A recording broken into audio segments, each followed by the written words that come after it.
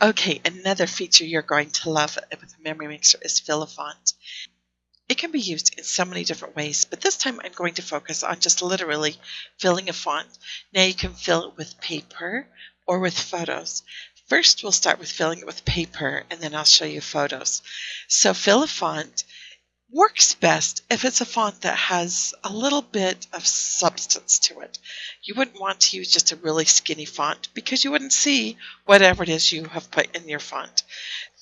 I have the text added already to my page, and this is Arial Black. It's an okay choice, but there are some that are better, and there's lots of places to find free fonts. But Baby Cruffy is one of them that works really easy. It's a very thick font. There's another one, Cherie, it's Cheri. Okay, so we have our text here. We have picked a font that's a little thicker, and now we want to make it bigger. And if you want to make it bigger, remember you don't drag the corners, but you actually come over to your tool drawer and select the size over here, or type in the size. I'm going to go ahead and make this one quite big so you can see the effect completely.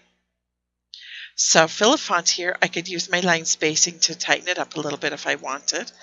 Now, there are two ways to fill a font, and that is I come down here to a custom fill or a paper fill.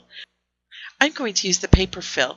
All I need to do is click here, and it is a shortcut to all of the backgrounds or papers that you have in MemoryMixer. So we'll come here to our paper packs, and I'm just going to go for a designer, and I think I will go to Annette's. She has a really cute chevron there, so we'll just grab this little chevron, say OK. And now you can see how fill a font in chevron. I'm going to add a drop shadow, just gives a little more definition and you'll be able to see it a little easier. And now if I want to tweak how that looks in there, I come back to my paper fill.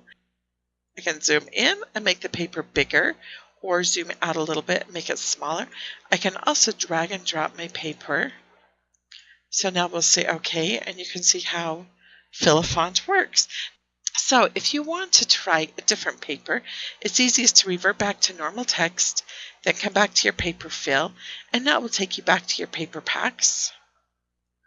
Let's just see what we want to pick here. Let's see if Fayette has every single day combo pack. Let's look to see what's in that one. Oh, looks like there's some cute things. So let's go ahead and we'll try this plaid. Or here's a stripy floral. Let's try this one, see how that looks. Oh, I think that's quite cute.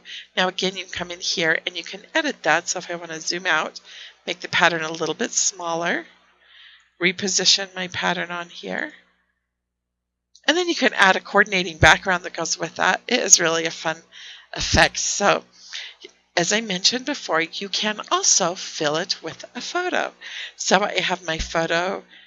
I have my text typed in here, and then to do that, all you do is come to Custom Fill, and it allows you to browse to where your photos are kept. So you just click on your photo, grab a photo you want. Maybe we'll just go for this little bucket here. Oh, and you can see it's blue, but that's not very effective. So I'll just come back into my window again, and now I can zoom in or out, and then I can reposition my picture into the letters. So you can see how that looks. So I've done a couple of samples here that we can go take a look at. So here was the lake we were working at before. I also had beach and then had some little of the wave action used in that for that photo. And then huckleberries. We love picking huckleberries. And so I added a huckleberry photo to the word huckleberries. So then you can also add regular text to it. So I did that here, created a frame at the lake, McCall. And then you can also add frames or add pictures around the outside edge of it. So here is just a simple layout, but we've used our fill a font and then just had pictures all around. It's quite a simple layout, but I think simple is really nice sometimes. And if you're making the book for someone else, that may be the style that they prefer. And I always like to design something that is the style of whom I might be giving it to. So let me go ahead and turn off these guides And we can just look in a little bit closer with that there. So you see those are just some fun pictures at the lake. And how fun it is to use the fill a font feature.